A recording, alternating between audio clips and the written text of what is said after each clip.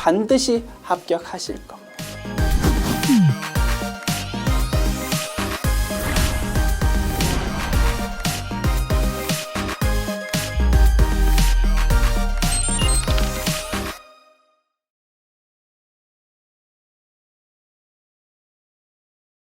안녕하세요. 전산회계 2급 제99회 기출문제 이론편 보겠습니다. 문제 1번. 다음 중 회계상 거래가 아닌 것은 매우 자주 출제되는 주제다. 그지요? 회계상 거래라는 거는 자산, 부채, 자본, 수익, 비용의 증가, 감소가 있고 그 금액을 측정할 수 있는 것을 말한다고 했습니다. 바꾸어 말하면 차변, 대변, 분계로 기록할 수 있는 것이 회계상 거래다 이겁니다. 됐지요? 1, 2, 3, 4 지문 나와 있는데 차변, 대변, 분계로 기록할 수 있는지 없는지로 판단하면 될 겁니다. 봅니다. 1번. 종합소득세와 개인지방소득세 500만 원을 보통예금으로 납부했다. 회사가 세금 냈다 이겁니다. 그러면 대변에 보통예금이라는 자산의 감소, 그리고 차변에 소득세 비용, 그러한 비용의 증가를 회계 처리할 거다 이겁니다. 회계상 거래가 맞고요. 2번. 회사 영업력을 강화하기 위해서 영업이사를 연봉 1억 원에 스카우트하기로 구두 계약했다. 구두, 말로 계약했다 이겁니다. 내일부터 출근하세요 라고 했습니다. 지금 당장은 돈을 준 것도 아니고 자산, 부채, 자본, 수익, 비용 증가, 감소 전혀 없습니다. 이러한 내용은 차변, 대변, 분계로 기록할 수가 없다 이겁니다. 그래서 이런 내용, 일상생활에서는 계약이 체결되었습니다. 거래가 성사되었습니다 라고 할 수 있지만 회계상으로는 분계로 기록할 수 없기 때문에 회계상 거래가 아니다 이거지요. 됐습니까? 정답은 2번 되겠습니다. 3번. 커피숍 전문점을 창업하고자 상가를 임대하기로 하고 계약금 1,000만 원을 현금으로 지급했다. 계약금 주는 거 없이 그냥 말로만 계약 체결했다면 그거는 분계로 기록할 수 없어. 그러나 지금 내용은 계약금을 주었다 이겁니다. 계약금 주었다면 대변의 현금이라는 자산의 감소, 그리고 차변에 계약금 준 거요. 임차 보증금이라는 자산의 증가로 기록하잖아. 그지? 그렇게 회계 처리를 한다 이겁니다. 회계상 거래가 맞다. 4번. 사업 운영 자금 목적으로 은행에서 2천만 원을 현금으로 차입했다. 은행에서 돈 빌렸습니다. 차변에 현금 2천만 원 자산의 증가, 대변에 차입금 2천만 원 부채의 증가, 그렇게 회계 처리가 될 것이다. 됐습니까? 자, 그래서 우리가 처음 회계 접할 때는 회계상 거래인지 아닌지 판단하는 것이 조금 모호했지만 우리는 지금 차변, 대변이라는 회계 처리, 즉 분계를 공부했다, 그지? 분계를 공부하고 나면 회계상 거래인지 아닌지 판단하는 것은 식은 죽 먹기다 이겁니다. 오케이. 자, 1번 풀어봤고요. 2번 봅니다. 다음 중 일정 시점의 재무 상태를 나타내는 재무 보고서의 계정 과목으로만 짝지어진 것이 아닌 것은 재무 상태표에 기록되는 거가 아닌 거를 찾아보라 이 말이다. 그지요? 즉 자산, 부채, 자본 말고 수익, 비용이 있으면 그거를 혹시 찾아보자 이겁니다.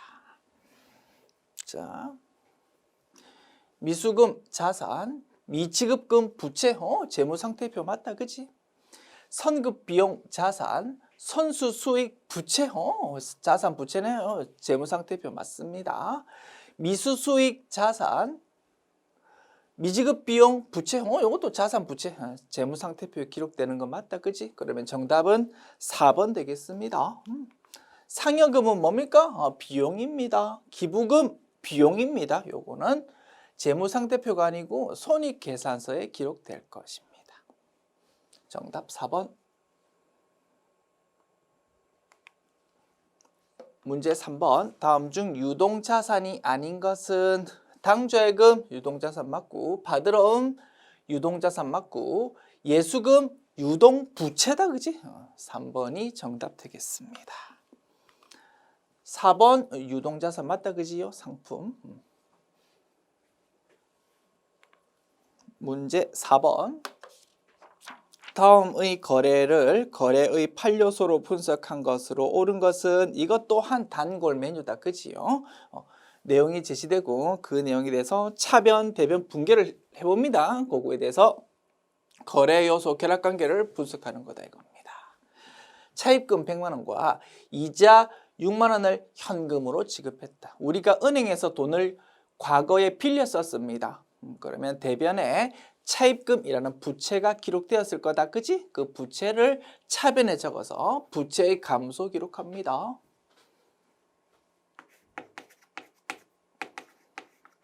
부채의 감소 얼마? 100만 원. 원금만 갚는 게 아니고 이자도 주어야 된다. 그지? 이자 6만 원이랍니다. 이자 비용이라는 비용의 증가 6만 원. 그래서 토탈 돈 나가는 건 얼마 나갑니까? 두 개 합한 106만 원 나갑니다. 현금으로 나갔습니다. 현금 106만 원 됐습니다. 거래 요소 결합관계 분석, 차변의 차입금, 부채의 감소, 차변의 이자 비용, 비용의 증가, 대변의 현금, 자산의 감소 이렇게 분석할 수 있습니다. 그지요? 차변의 부채의 감소, 비용의 증가, 대변 자산의 감소. 오케이, 정답은 3번 되겠네요.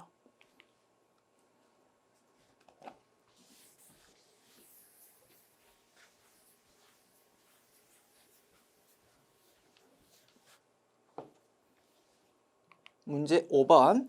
다음 자료를 통해 알 수 있는 외상 매출금 기말 잔액은 얼마인가? 이것 또한 자주 물어보는 문제 스타일이다. 그지? 외상 매출금이라는 계정 과목에 대한 자료가 쭉 나와 있습니다. 그래서 기말 잔액이 얼마인지 찾아보랍니다. 이런 거 어떻게 푼다고요? 외상 매출금 계정 과목에 대한 총계정 원장을 딱 그리면 신속 정확하게 후루룩 문제 풀 수 있다 이겁니다. 자, 외상 매출금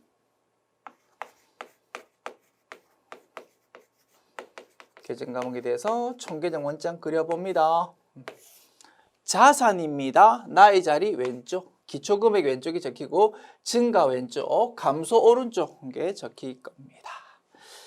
그리고 외상 매출금이라는 계정 과목에 대한 총계정 원장 마감을 하면 이제 기말 잔액은 기초 잔액의 반대쪽 오른쪽에 적혀서 차변 대변 합계가 딱 일치하는 걸로 마무리될 거다 이거지요. 됐습니까? 자, 기초금액 8만 원. 그리고 단기 외상 매출액 40만 원. 분계가 어떻게 됩니까? 단기에 외상으로 매출했습니다. 그러면 여기 분계를 어디 적어볼까? 여기 적어볼까? 자, 요 밑에 적어볼게. 요거 그지? 요 밑에 적어보자. 자, 차변에 외상 매출금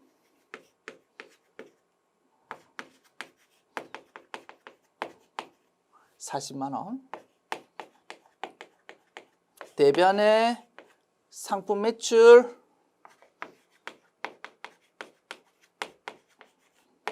수익의 증가다. 그지? 40만 원. 차변 외상 매출금 자산의 증가 40만 원. 대변의 상품 매출 수익의 증가 40만 원. 이렇게 회계 처리될 거다. 그지요? 요 분계를 외상 매출금 계정 과목의 총계정 원장에다 옮겨 적고 싶답니다. 어떻게 합니까? 외상 매출금 계정 과목이 왼쪽에 40만 원이 기록되었으니까 외상 매출금이 증가한 거다. 그지? 왼쪽에 적어준다 이겁니다. 됐습니까? 그 다음 외상 매출금 중 매출 할인액 2만 원이랍니다. 외상으로 물건 팔 때 미리 약정했다 이겁니다. 몇 월 며칠보다 너희가 우리한테 돈 빨리 주면 좀 깎아줄게 라고 약속했는데 그 정해진 날보다 진짜 상대방이 빨리 돈 주더랍니다. 깎아준다 그지? 어떻게 회계 처리합니까? 애당초 대변에 기록했던 상품 매출을 이제 차감시켜야 된다 그죠? 수익의 감소 차변에 기록하고 수익 감소 기록할 때 상품 매출의 차감 계정 과목인 매출 환입 및 애누리로 기록할 겁니다. 매출 할인이라는 계정 과목으로 기록할 겁니다. 매출 할인. 우리 실기편에서 입력할 때 코드 번호 여러 개 중에서 상품 매출이라는 수익에 대한 차감 계정과목 코드로 입력했다 이겁니다. 즉 뭡니까? 수익이 감소되는 겁니다. 수익 차감 항목의 증가니까. 얼마? 2만 원. 그만큼 이제 외상 매출금이 없어진다 이겁니다. 외상 매출금 없어지지만 돈은 못 받는 꼴이 되는 거다. 됐지요? 대변의 외상 매출금 2만 원 이렇게 회계 처리되었고요. 이 내용을 외상 매출금 계정의 총계정 원장으로 옮겨 적는다. 어떻게? 외상 매출금이 대변에 기록됐으니까 2만 원을 오른쪽에 적어주는 겁니다. 외상 매출금이 감소된 거야. 그 다음 외상 매출금 단기 회수액 돈 들어왔다 이겁니다. 차변에 현금 또는 보통 예금으로 돈 들어옵니다. 현금이라고 가정합시다. 현금으로 돈 들어왔어. 24만 원. 대변에 외상 매출금이라는 자산의 감소가 기록됩니다. 그치? 현금이라는 자산은 증가했는데 외상 매출금이라는 자산은 감소했다 이겁니다. 외상 매출금 없어지면서 현금이 들어오는 거다. 이 분계를 총계정 원장으로 옮겨 적는다. 외상 매출금이 대변에 기록됐으니까 오른쪽에 적습니다. 외상 매출금이 감소된 거다. 그 다음에 단기 외상 매입액 요거는 어떻게 회계 처리됩니까? 자, 상품을 외상으로 구입했다. 차변에 상품 20만 원. 대변에 외상 매입금 20만 원 이렇게 회계 처리될 거고 차변의 상품 자산의 증가, 대변의 외상 매입금 부채의 증가다 이겁니다. 상품을 외상으로 구입한 거다. 자, 요 마지막 분계는 외상 매출금 계정 과목이 등장했다 안 했다? 안 했다 이겁니다. 우리를 혼란시키기 위한 정보일 뿐입니다. 됐습니까? 그래서 마지막 분계는 외상 매출금 총계정 원장에는 반영시킬 게 하나도 없다가 결론이고요. 이제 마무리하면 되겠습니다. 자, 외상 매출금 계정 과목에 대해서 총계정 원장 마감하고 나면 왼쪽 합계, 오른쪽 합계 똑같아진다, 그지? 왼쪽 합계가 얼마입니까? 48만 원.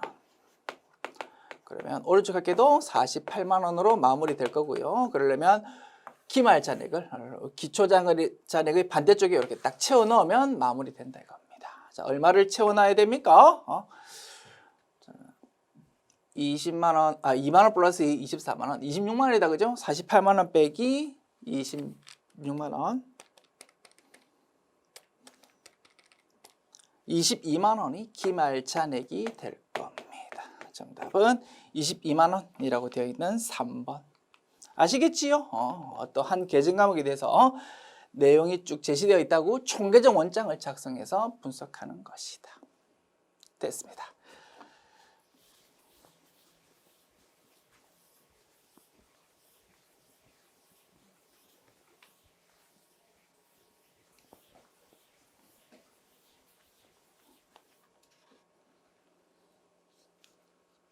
문제 6번 다음 중 매출 원가의 계산에 영향을 미치지 않는 것은 매출 원가 산식 적어봅니다. 매출 원가는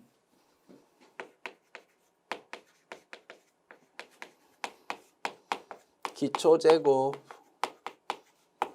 플러스 단기 매입 마이너스 기말 재고로 계산되더라, 그지? 자, 상품 매입 운반비 올해 구입한 단기 매입에 영향 미칩니다. 매출 환입 및 애누리는 매출 원가에는 전혀 영향 안 미치고 매출액, 순매출액 계산할 때 영향을 미칠 거다. 그지요? 그래서 정답은 2번 되겠습니다. 3번 매입 환출 및 애누리 단기 매입 계산할 때 영향 미칩니다. 그리고 단기 상품 외상 매입에 당연히 여기에 영향 미치겠지요. 됐습니다.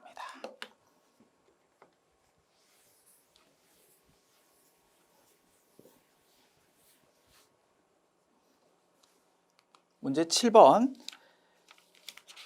다음 중 재고자산에 대한 설명으로 가장 틀린 것은 1번 정상적인 영업 과정에서 판매를 위해서 보유하거나 생산 과정에 있는 자산을 말한다. 그지? 주된 영업 활동으로서 판매하려고 가지고 있는 게 재고자산이었습니다.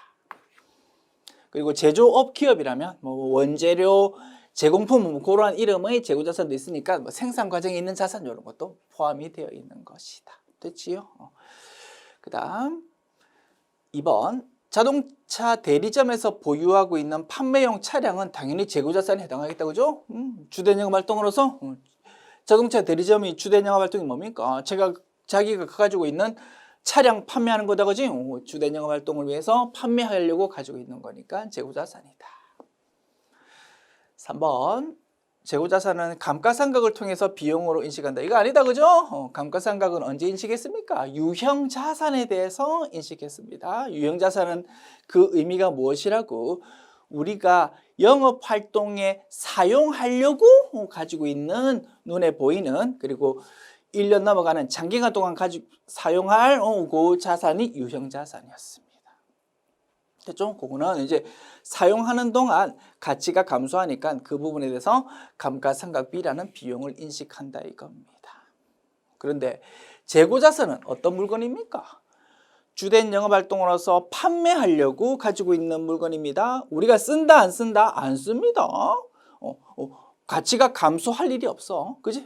그래서 우리가 가지고 온 재고자산은 감가상각비 같은 거 인식 안 하고 그대로 팔아먹는다 이겁니다. 팔아먹었을 때 이제 매출 원가라는 비용으로 된다 이겁니다.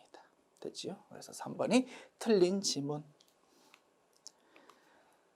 4번 재고자산의 단가 결정 방법에는 개별법, 선입선출법, 후인선출법, 평균법 등이 있다. 그지? 오케이.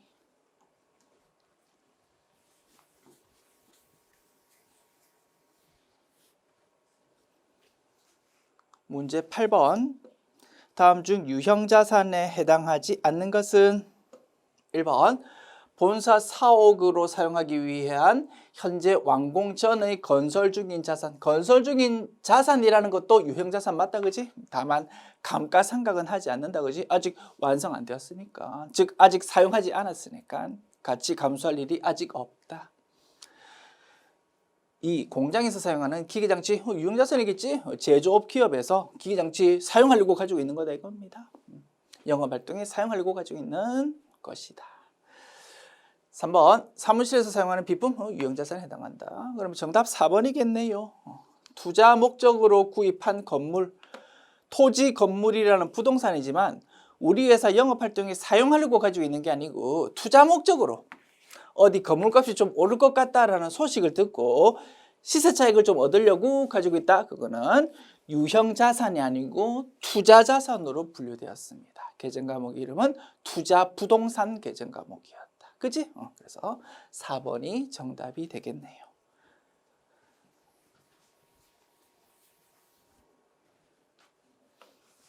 문제 9번 다음 중 손익계산서의 영업이익에 영향을 미치는 것은 자, 영업이익에 영향을 미치는 걸 찾으랍니다. 영업이익은 의미가 무엇입니까? 자, 매출액에서 매출원가 빼면 매출 총이익이다. 그지? 거기서 판매비와 관리비를 빼면 줄여서 판관비라고 부른다. 그죠? 판관비.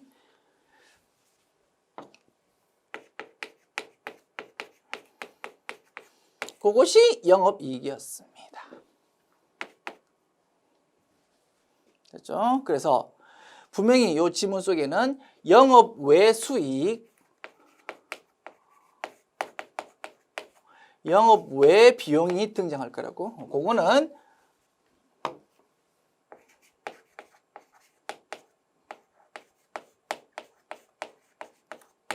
그지? 영업의 수익과 영업의 비용은 단기 순이익에는 영향을 미치지만 영업이익에는 영향을 미치지 않는다 이겁니다.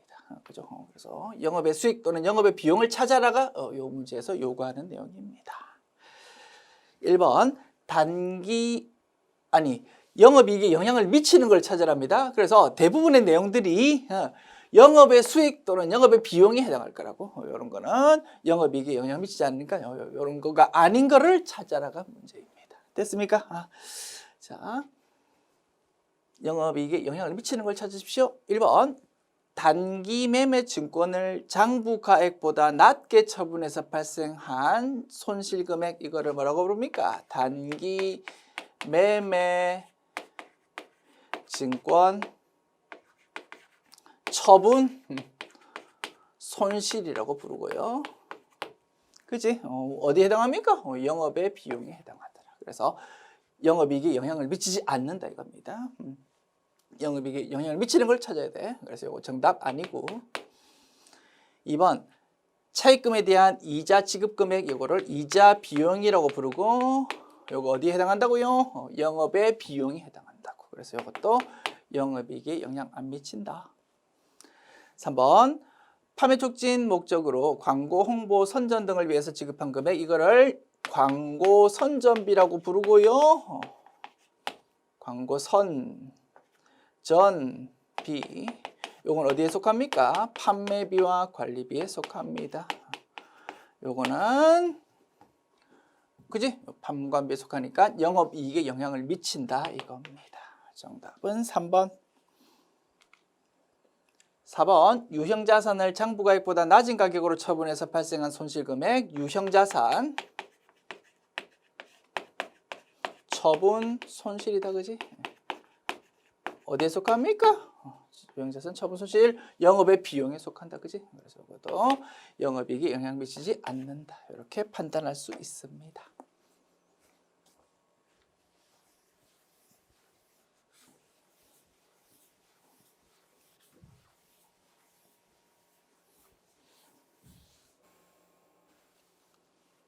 문제 10번 다음 중 비용에 속하지 않는 것은 판매원 급여 비용 맞고 미지급 비용은 뭡니까? 부채다 그지? 그래서 비용이 아닌 것 정답 2번 되겠습니다. 법인 기업의 경우 법인세 내야 됩니다.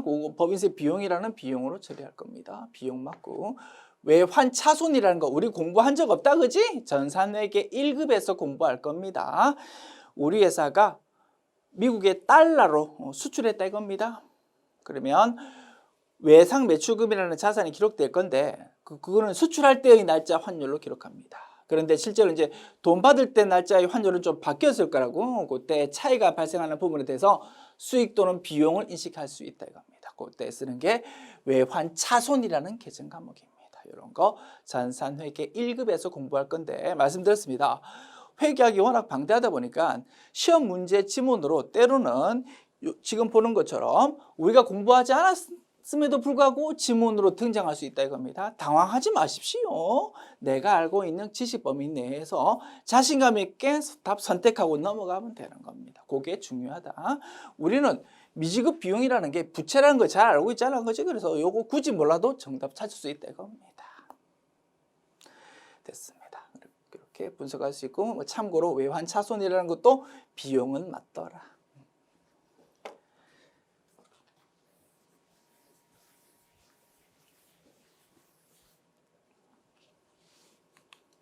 문제 11번 봅니다. 다음 자료를 이용하여 영업이익을 계산하면 얼마인가요? 자, 이것도 우리 조금 전에 풀어봐 몇 번이었더라? 그게 9번이었네, 그지? 영업이익에 영향을 미치는 것은 이라는 문제 풀어봤다, 그죠? 그것과 거의 유사한 개념이다 이겁니다. 자, 영업이익은 다시 정리합니다. 매출액에서 매출 원가 빼서 그거를 뭐라고 부른다고? 매출 총이익이라고 부른다고. 여기서 판관비를 뺀 것이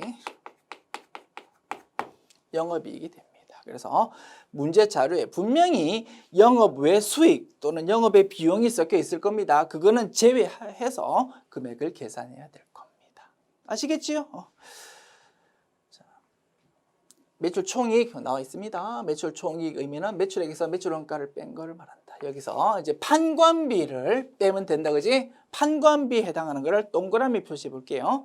급여 판관비 맞다, 그치? 이자 수익 이거는 뭐라고요? 영업 외 수익이라고. 그래서 이거는 전혀 고려할 필요 없어. 복리후생비 판관비 맞다, 그지? 동그라미. 대손상각비 판관비 맞다, 그지? 동그라미. 기부금 이거는 영업 외 비용입니다. 이거 전혀 고려할 필요 없습니다. 아시겠죠? 그래서 영업의 수익 또는 영업의 비용이 분명히 섞여 있을 거라고 그거를 추려내는 것이 이 문제의 핵심입니다. 자, 그래서 120만 원에서 요거 3개를 뺀 것이 정답이 되겠다, 그지요? 그러면 판관비 3개 일단 더 해볼까? 얼마일까요? 10만 원 플러스 13만 원 플러스 11만 원 하면 34만 원입니다. 34만 원을 120만 원에서 빼면 되겠다, 그지? 86만 원이 정답 되겠습니다. 정답 2번.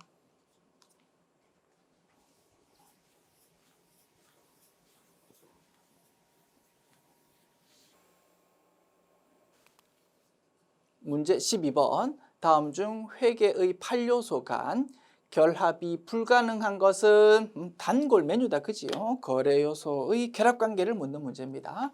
자, 우리가 분기에 사용하는 모든 계정 과목은 자산, 부채, 자본, 수익, 비용 5가지 항목 중에 한 개로 분류된다고 했습니다. 그리고 자산, 부채, 자본, 수익, 비용은 자기 자리가 딱딱 정해져 있다 이겁니다. 자산 왼쪽, 부채 오른쪽, 자본 오른쪽입니다. 그래서 요거 3개 가지고 재무상태표를 만들지 않습니까? 그지요? 그리고 수익 나의 자리 오른쪽, 비용 왼쪽입니다. 그래서 요 2개 가지고 손익계산서를 만들지 않습니까? 그죠?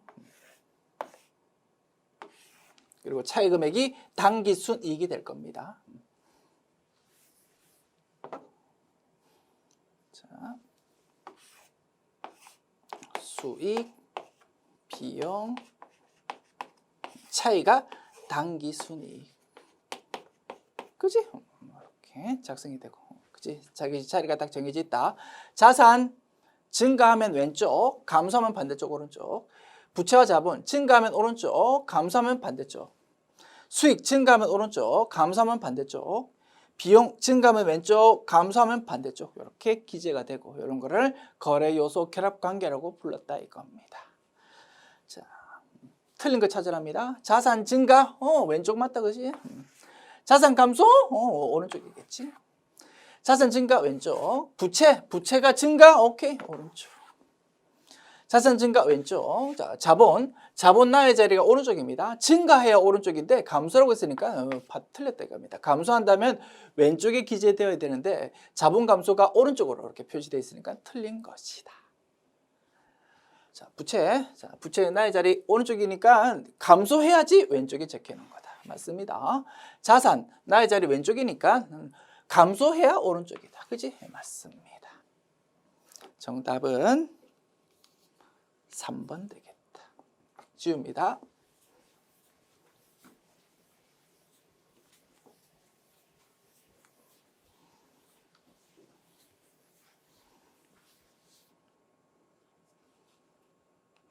문제 13번. 다음 중 개인 기업의 자본금 계정에 영향을 미치는 거래가 아닌 것은 1번 영업용 비품을 100만 원에 구입하고 대금은 현금으로 지급했다. 분개해 봅시다. 옆에다가 차변 비품 자산의 증거 100만 원. 금액은 중요한 게 아니니까 동그라미 표시할게요. 대변 대금 현금으로 지급, 현금이라는 자산의 감소 이렇게 회계 처리되었습니다. 차변의 자산의 증가, 대변의 자산의 감소 이렇게 분개했고요. 이 내용은 자본금이라는 자본에 영향을 미친다 안 미친다? 전혀 미치지 않는다 이겁니다. 정답은 1번 되겠네요. 2번 당기 중에 현금 500만 원을 추가 출자했다. 어떻게 회계 처리합니까? 차변에 현금이라는 자산의 증가 들어옵니다. 대변에 그 부분만큼 자본이 증가되었다, 그지? 그래서 자본금 계정 과목으로 회계 처리하면 되는데 기중에 개인기업의 경우 자본금이 증가했다가 감소했다가 하면 계속 바뀌니까 인출금이라는 임시 계정 과목으로 기록했다가 나중에 기말에 자본금으로 이름을 바꾸더라 이겁니다. 그렇지? 그래서 엄밀히 따지면 자본금이 아니고 인출금으로 회계 처리되었다가 기말에 가서 이게 자본금으로 이름이 바뀔 것이다. 됐지요? 그렇죠? 그래서 지금 당장 바뀌든 나중에 바뀌든 어쨌든 자본금 계정 과목에 영향을 미치기는 미친다 이겁니다. 3번 기말 결산 시 300만 원을 자본금 계정으로 대체한다. 그지? 인출금이라는 임시 계정 과목 썼다가 그거를 기말에 이제 자본금으로 이름 바꾼다 이겁니다. 어쨌든 인출금 계정이 자본금 계정으로 이름 바뀌니까 자본금 계정에 영향 미친다라고 할 수 있겠다. 그다음에 그지 뭐 굳이 여기 지금 인출금 계정이 뭐 차변 잔액인지 대변 잔액인지 제시가 되어 있지 않기 때문에 분계를 뭐 정확하게 나타낼 수는 없지만 어쨌든 인출금 계정이 자본금 계정으로 바뀌는 걸 맞다 이겁니다. 그래서 영향 미친다라고 판단할 수 있고 4번 기말 결산 시 당기순이익 30만 원을 자본금 계정으로 대체한다. 당연히 자본금이라는 자본에 영향 미친다 이겁니다. 수익 비용 차이가 결국은 자본금으로 간다 그지? 그래서 당기순이익이라는 말은 수익 계정 합계가 비용 계정 합계보다 30만 원만큼 더 크다라는 걸 의미한다 그죠? 그러면 집합 손익 계정으로 마감 분계를 하면 집합 손익 계정의 대변 잔액이 30만 원만큼 더 크다 이겁니다. 수익이 더 크다 이겁니다. 그러면 그 대변의 잔액 30만 원을 이제 차변에 적어서 없앤다 그지? 집합 손익 또는 손익이라고도 부른다 그지? 집합 손익 30만 원 이렇게 대변에 있던 잔액을 없애고 그거를 대변의 자본금이라는 자본의 증가로 대체시킨다 이겁니다. 그만큼 올해 당기 순이익만큼 결국 자본금이 늘어나는 것이 된다. 됐죠? 결국 요거 자본금 계정에 영향 미치네. 됐죠? 그래서 2, 3, 4는 자본금 계정 과목에 영향 미치는데 1번은 상관없더라 이겁니다.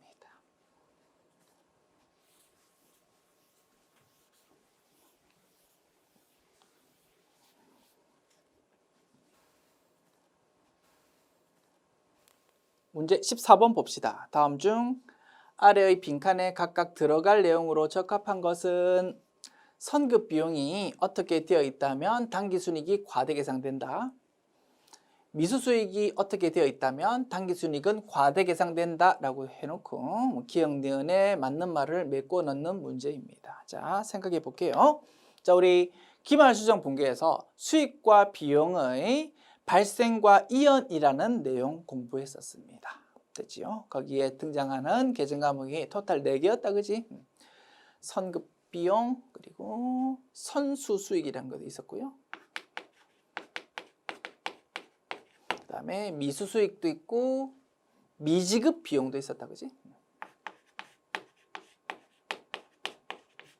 토탈 4가지 계정 과목이었습니다. 그 중에서 지금 묻고 있는 거는 선급 비용과 미수 수익을 묻고 있네요. 자, 자산입니까 부채입니까를 판단해 봅니다. 선급 비용은 자산, 미수 수익도 자산. 됐습니까? 자, 선수 수익은 부채, 미지급 비용 부채였습니다. 됐습니까? 자, 4가지 계정 과목 등장했었고, 자, 요 중에서 선급 비용 미수 수익에 대해서 이제 회계 처리 떠올려 봅시다. 선급 비용을 인식하는, 선급 비용을 증가시키는 기말 수정 분계 볼게요. 자, 우리 회사가 1년치 보험료를 냈습니다. 대변의 현금 그리고 차변에 전부 다 보험료라는 비용으로 회계 처리했었어. 그런데 그 낸 보험료 중에는 내년 보험료가 섞여 있었다 이겁니다. 그러면 그 부분은 올해 비용으로 처리하면 안 되니까 기말 수정 분계를 통해서 차변에 적혀 있는 보험료라는 비용을 대변에 적어서 감소시킨다 이겁니다. 보험료라는 비용을 감소시킨다. 그리고 내년치를 선급 비용이라는 자산의 증가로 기록했다 이겁니다.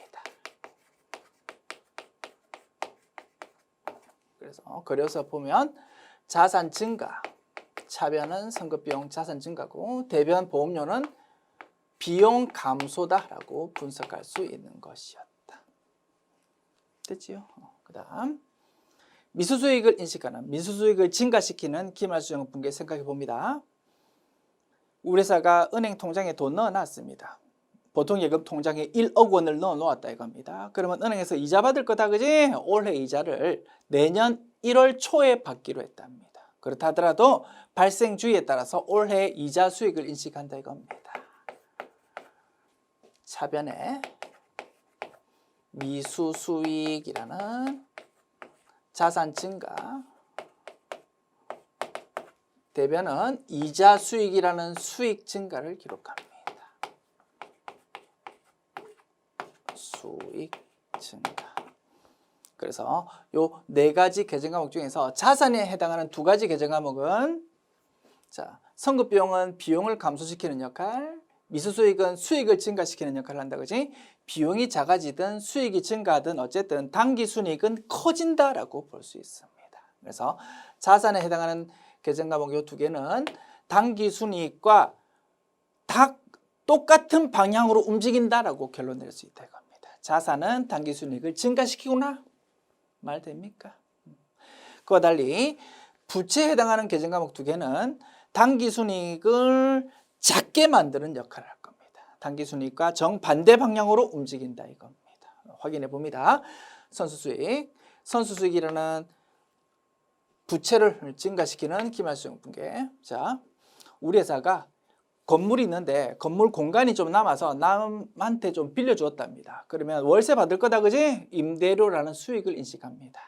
1년치 임대료를 받았어. 그래서 차변의 현금, 대변에 그거를 전부 다 임대료라는 수익의 증가로 기중에 회계 처리했었어.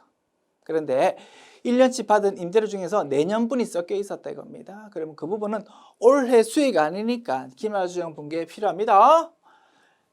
대변에 임대료라는 수익이 너무 크니까 차변에 임대료를 적어서 수익을 감소시킵니다. 그리고 대변에 그 부분만큼 선수수익이라는 부채를 증가시킨다 이겁니다. 그치? 그 다음에 미지급 비용. 우리 회사가 은행에서 돈 빌렸습니다. 이자 주어야 된다 그지? 내년 초에 주기로 했대. 내년 초에 주더라도 올해 이자 비용 인식해야 된다 그지? 발생주의에 따라서 어떻게 인식합니까? 회계처리. 차변에 이자 비용이라는 비용 증가를 기록합니다. 비용 증가. 대변에 그 부분만큼 미지급 비용이라는 부채를 증가시킵니다. 결론 냅시다. 워낙 자주 물어본다 이겁니다. 수익 비용 발생 이연과 관련된 네 가지 계정 과목 중에서 자산에 해당하는 것 두 개는 당기순이익 증가시키는 역할, 부채에 해당하는 두 가지 계정 과목은 그지 수익을 작게 만들든 비용을 크게 만들든 어쨌든 당기순이익이 작아진다 그지 당기순이익을 작게 만드는 역할을 하구나라고 정리할 수 있고 그거를 물어보는 거다 이겁니다. 워낙 자주 물어보는 주제라서 세세하게 좀 뜯어보았습니다. 자, 이제 결론 냅시다. 여기서 물어보는 거는 자산에 해당하는 두 가지 계정 과목이다 그지? 그러니까 자산에 해당하는 거는 당기순이익을 증가시키는 역할, 즉 당기순이익과 동일한 방향으로 움직이기 때문에 자산이 크게 기록되었어야지만 당기순이익이 크게 기록된다 이겁니다. 그렇지? 그래서 당기순이익과 같은 방향으로 움직이니까 당기순이익이 과대 계상되려면 이런 것들도 과대 계상이 되어야 되는 것이다 이겁니다. 정답은 4번이 되겠다. 됐죠? 만약에 부채 계정 과목이 등장되어 있다면 정반대로 움직이니까 그지? 당기순이익 과대 계상되려면 이런 것들은 과소 계상되어야 된다라고 해야 될 겁니다. 됐죠? 이런 거를 자주 물어보더라 이겁니다. 그래서 한번 공식화해 보았다. 자, 자산에 해당하는 거는 당기순이익 증가, 부채에 해당하는 거는 당기순이익을 감소시킨다. 됐습니다. 지울게요.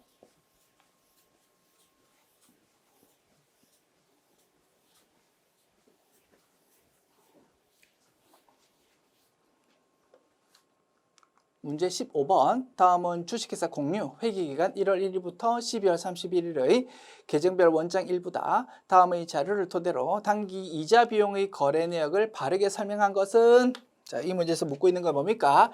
이자 비용이라는 비용에 대해서 총계정 원장을 제시해 보았어.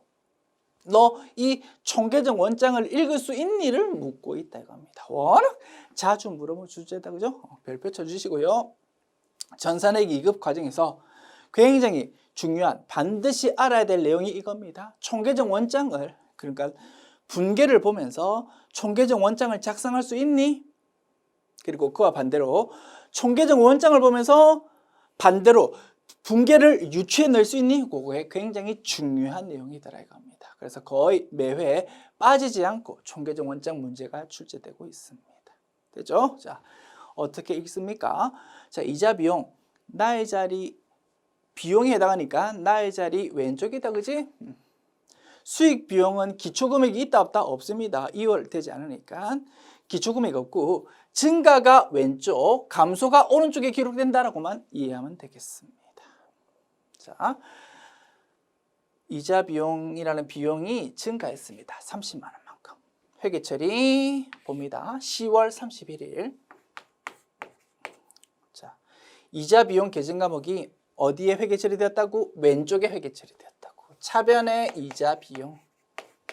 이자 비용이라는 비용이 증가했다 이겁니다. 30만 원. 그리고 반대쪽에 적히는 계정 과목을 총계적 원장의 적요라고 볼 수 있나요? 어떤 내용인지를 기입하는 그골 안에다가 표시해 준다 이겁니다. 반대쪽 계정 과목은 보통 예금이었어 라고 표시해 줍니다. 그러면 그거를 반대쪽 여기에 분개하면 된다 이겁니다. 보통 예금.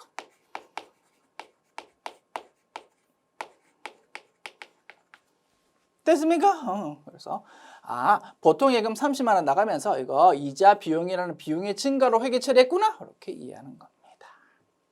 그 다음 내용 20만 원 또 증가했네. 이자 비용이 12월 31일에 자, 차변에 이자 비용이라는 비용이 또 증가했어.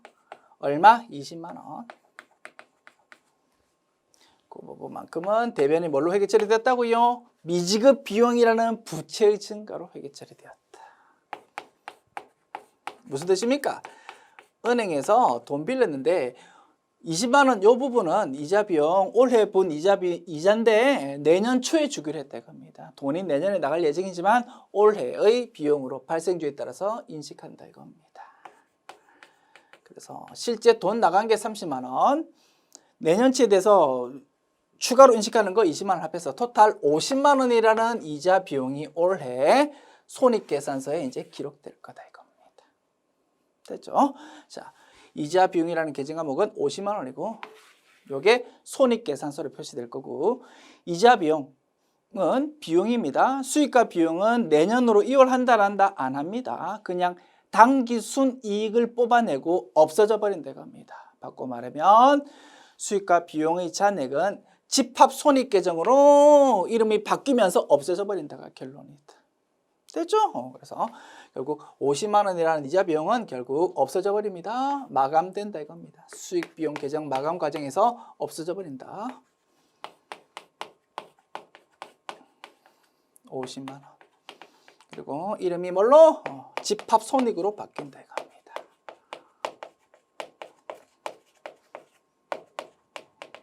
됐습니다. 요 분계가 마감 분계가 이제 이렇게 표시되는 겁니다. 이자 비용 계정 과목이 오른쪽에 표시되었어? 분계되었어? 반대쪽 계정 과목은 집합 손익이었어? 이렇게 표시되는 겁니다. 아시겠죠? 자, 이 내용을 이제 바르게 설명한 것을 찾으랍니다. 자, 1번 당기에 현금으로 지급한 이자 금액은 30만 원이다. 틀렸다 그죠? 현금이 아니고 보통 예금으로 지급되었어. 그지? 현금으로 지급됐다라고 해서 틀렸습니다. 2번 당기에 발생한 이자 비용이지만 아직 지급하지 않은 금액이 얼마? 20만 원이다 이겁니다. 그 부분만큼 미지급 비용으로 부채 증가로 회계 처리했었다. 그런데 왜 50만 원이라고 생각 틀렸고요. 당기분 이자 비용은 50만 원이다. 그지? 요게 정답입니다. 3번이 정답. 4번 차기로 이월되는 이자 비용은 50만 원이다. 틀렸다. 그죠? 수익과 비용은 이월되지 않는다 이겁니다. 됐죠? 이런 문제 또 출제될 수 있을 것 같습니다. 그래서 이런 표현으로 공부했던 총계적 원장의 작성 방법 꼭 우리 알고 있자 이겁니다. 지금까지 제99회 기출문제 풀어보았습니다. 수고하셨습니다.